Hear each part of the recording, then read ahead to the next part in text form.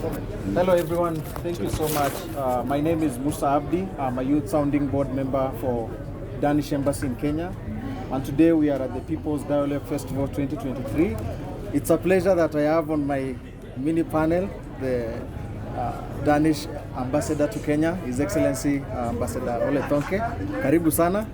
So first of all, I would like to take this opportunity to thank the organizers and the embassy for bringing diversity and the true face of Kenya to this festival. We've had many young guys even coming from northern Kenya.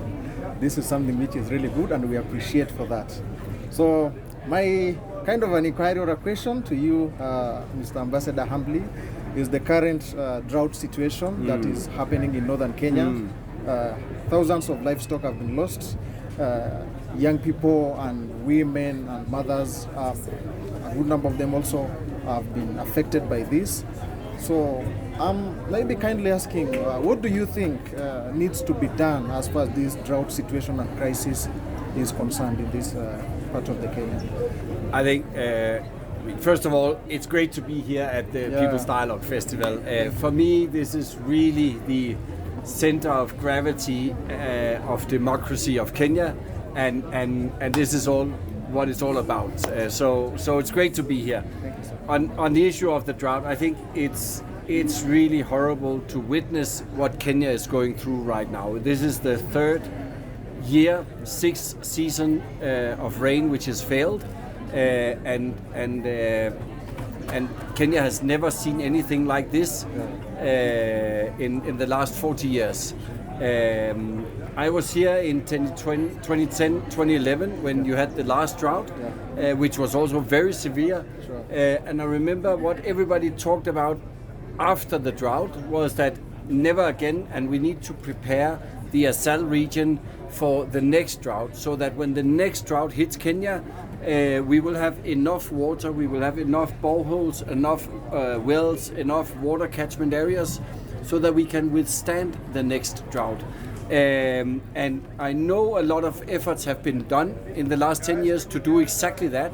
Even Denmark, we have financed a lot of water projects up in the Assal areas to make sure that that resilience was built in that areas.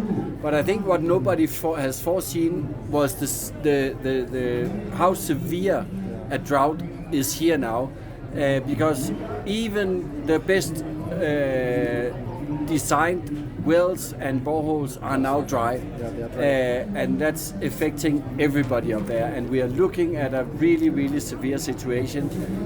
So I think two things need to be done now. First, we need to do everything we can, both from the development partner side, from the government side, from the private sector, and from all the Kenyan citizens who still have more than they need to help and support the northern part of Kenya. We have 4 million Kenyans who go to sleep every day hungry. I think that's unworthy of Kenya, and something really should be done on that. So all the efforts that we can put together to help short term now. I remember in 2010, 2011, there was like a movement of Kenyans to help their northern brothers and sisters. Kenya for Kenya. Right? Kenyan for Kenyans, exactly. And I think something like that should really be reinvented.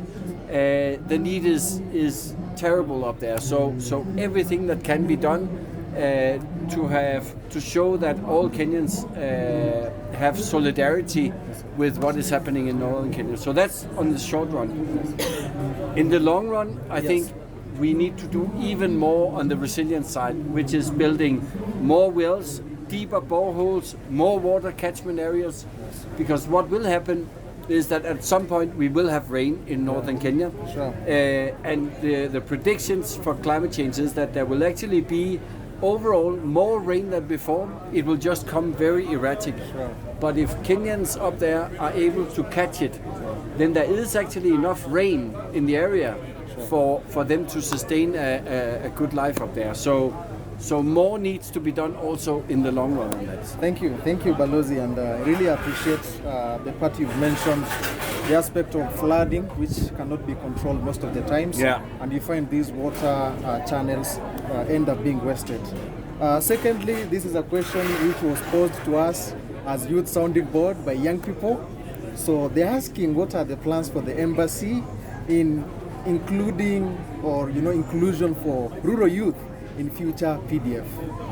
Listen, that question I will throw back to my youth sounding board, because you are the ones who are supposed to come up with suggestions and ideas for the embassy, for our program, for our policy dialogue on how to move these things forward. So I'm sorry, Musa, but I'll throw it back to you, and I look forward to the advice that you from the youth sounding board have on how can we from the embassy work with this in the future. Thank you, Ambassador. Actually, we were humbly requesting for your permission to do on that, and we will really be humbled to bring a young man from Turkana, Samburu, Pokot into future PDF. Okay. Balozi, thank you so much on behalf of Youth Sounding Board for the Royal Danish Embassy. We really appreciate for this mini talk, and we look forward to engaging more with you.